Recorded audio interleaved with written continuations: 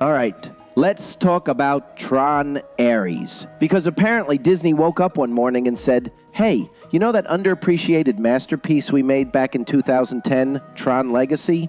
Yeah, let's torch it, replace it with Jared Leto in a neon onesie, and call it a day.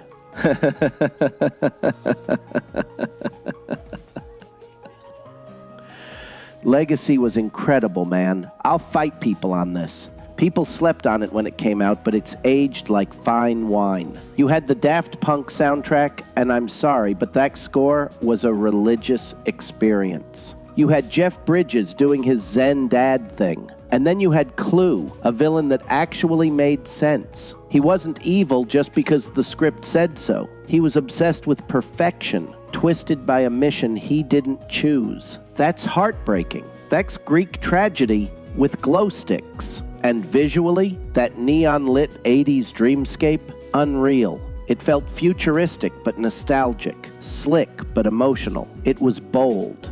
And you know what it wasn't? Woke. Nobody stopped mid-light cycle battle to announce their pronouns or talk about systemic oppression in the grid. It was just a damn good story about fathers, sons, identity, and technology. Period. Now here comes Tron Ares, a movie that's been stuck in development hell longer than I've been priced out of the housing market.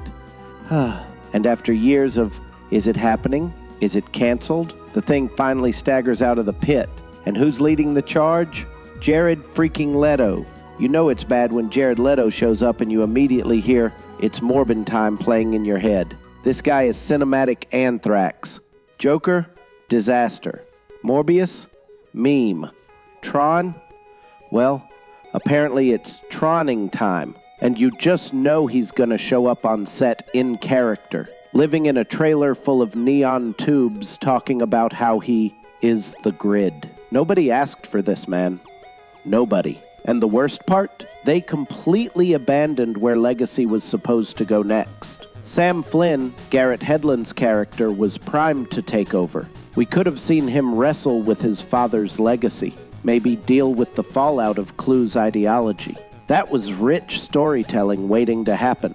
Instead, gone. Poof. Like Kathleen Kennedy's understanding of Star Wars canon. Also, how can we have a Tron movie without Tron? That's like the next James Bond movie starring Joe Pesci as Mr. Freeze. Like what? You can't have a movie named after a character that's not even in the movie. But knowing these writers nowadays who don't even read or watch the source materials for their adaptations, they probably think Tron is the computer in the movie, or that it's what the glow sticks are called. It's a character, dumbass, who's not even in your movie. But I digress. And let's not skip the soundtrack. Legacy had Daft Punk, Legends. Two guys who could make a Subway sandwich announcement sound like the voice of God. And what does Ares give us? 9 Inch Nails. Okay, cool, I like Trent Reznor as much as the next guy, but it's not Tron. It's like swapping champagne for Four Loko. Wrong vibe. Visually, Ares doesn't even feel like Tron anymore. The early footage looks like Blade Runner's drunk cousin who just got out on parole. The horror vibes, the moody tone, that's not what Tron was. Tron was sleek, pulsing, dangerous, but fun. This feels like Disney said, hey, Stranger Things is popular, right? What if we made Tron creepy? And make no mistake, this is a cash grab. Disney doesn't care about Tron. They care about IP. They care about squeezing every nostalgic franchise like a juice box until nothing but pulp is left. They did it with Star Wars. They're doing it with Marvel. And now Tron, a series that never got the respect it deserved, is just another victim. And you just know they're going to inject modern Disney politics into it.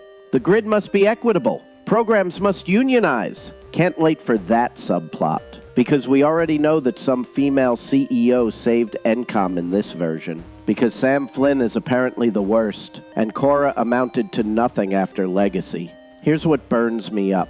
Tron Legacy deserved more. It deserved recognition, sequels, expansion. It was misunderstood when it came out, but it holds up better than 90% of the garbage Disney's put out since. It was bold, heartfelt, and yes, unironically cool. Aries is none of that. It's recycled Hollywood slop painted neon, with Jared Leto's cheekbones leading the charge. So yeah, I'll see it, because I'm weak, but I'll walk in knowing this isn't Tron. This is Disney digging up the corpse of Tron, propping it up Weekend at Bernie's style, and telling us it's alive. Anyway, that's my rant. What do you guys think? Am I being too harsh, or are you with me that Legacy was an unappreciated masterpiece and Ares looks like a corporate tax write-off starring a man who lives in a cult commune? Drop a comment below, hit that like button if you love Daft Punk as much as I do, and don't forget to subscribe for more rants about how Disney keeps ruining literally everything. Until next time, peace.